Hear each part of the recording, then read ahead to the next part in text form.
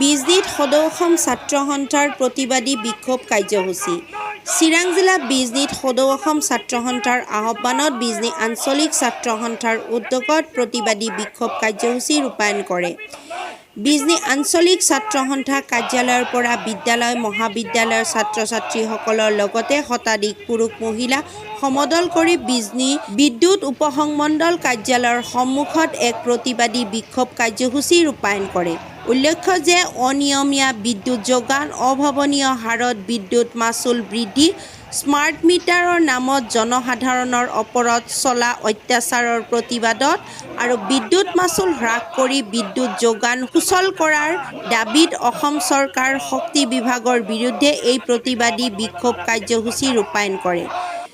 বিজনী বিদ্যুৎ উপসংমণ্ডলৰ সন্মুখত বিদ্যুৎ মাচুল বৃদ্ধিৰ কৰা বিদ্যুৎ বিভাগ হাই হাই, বিজেপি চৰকাৰ কাম নাই, APDCL গো বেক ইত্যাদি শ্লোগানেৰে প্ৰতিবাদস্থলী উত্তাল কৰি তোলে।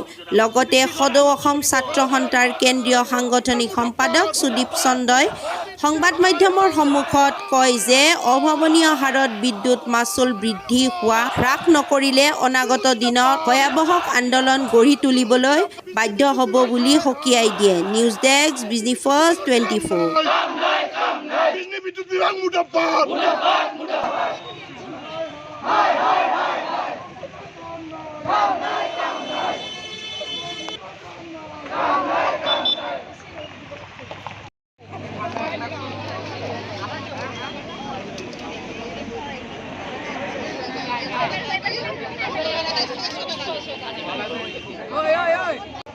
বিক্ষোভ কাৰ্যসূচীত আছে।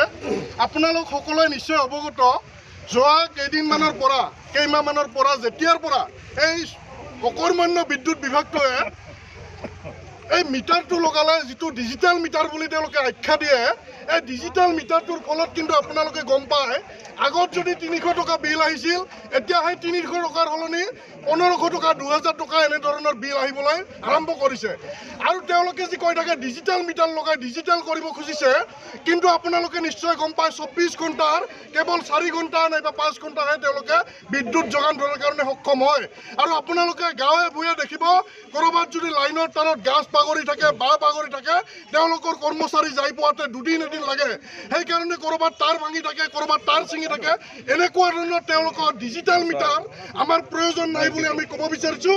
আৰু এই প্ৰতিবাদী সমদলৰ পৰা ক'ব বিচাৰিছোঁ, ডিজিটেল মিটাৰ আৰু যিটো মিটাৰৰ তেওঁলোকৰ যিটো বিল যিটো অবৈধভাৱে তেওঁলোকে বৃদ্ধি কৰিছে, এই বৃদ্ধি অনতিপলমে বন্ধ কৰিব লাগে।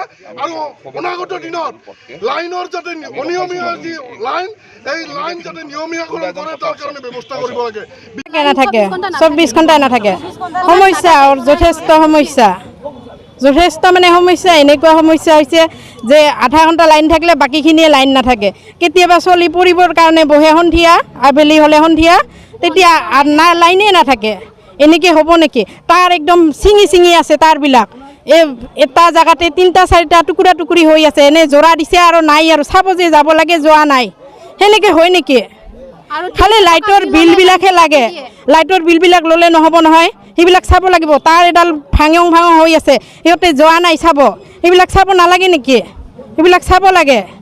সেনেকৈ নহয়তো, আমি বিৰাট অসুবিধা পাইছোঁ। আগতে আমাৰ আহিছিল মাত্ৰ 200 টকা বিল, এতিয়া আমি লাগে 1000 টকা বিল দিব। 1000 টকাটো দিব নোৱাৰে।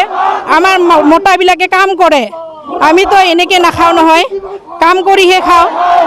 আমি ক'ৰ পৰা বিল বুজাম ইমান? সদৌ অসম ছাত্ৰ সন্থাৰ আহ্বান মৰ্মে আজি ৰাজ্যজুৰি আমি বিক্ষোভ কাৰ্যসূচী প্ৰদৰ্শন কৰিছোঁ।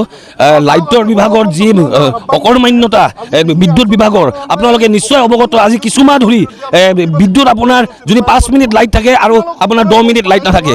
আৰু স্মাৰ্ট মিটাৰৰ নামত ৰাইজক যি মাত তেওঁলোকে সজালে, স্মাৰ্ট মিটাৰৰ নামত তেওঁলোকে গাঁৱে ভূঞে ৰাইজসকলক যি বুৰ্বক বনালে, তাৰ কাৰণে আমি আজি এই প্ৰতিবাদ কৰিছোঁ। আৰু লগতে বিদ্যুৎ বিভাগৰ যি মাচুল বৃদ্ধি, আপোনালোকে দেখিছে, আগত যদি আমি যদি মাহত যদি 500 টকা 600 টকাত যদি আমি যদি লাইটৰ বিল যদি আমি দিব লগা হৈছিল, বৰ্তমান আমি 3000 3500 টকা লাইটৰ বিল দিব লগা হৈছে। এই আমাৰ গ্ৰাম্য অঞ্চলৰ মানুহ, আমাৰ সাধাৰণ মানুহ কেনেকৈ চলিব?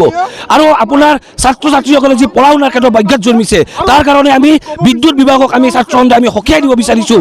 বিদ্যুৎ বিভাগৰ যিয়ে আপোনাৰ বিদ্যুৎ মাচুল তেওঁলোকে যদি অনতিপলমে বৃদ্ধি কৰা ৰদ নকৰে, বন্ধ নকৰে, আমি কোনো ছাত্ৰ সন্থাই ৰাইজৰ সহযোগত ইয়াতকৈ ভয়াৱহ আন্দোলন কাৰ্যসূচী কৰি তুলিব বাধ্য হ'ম।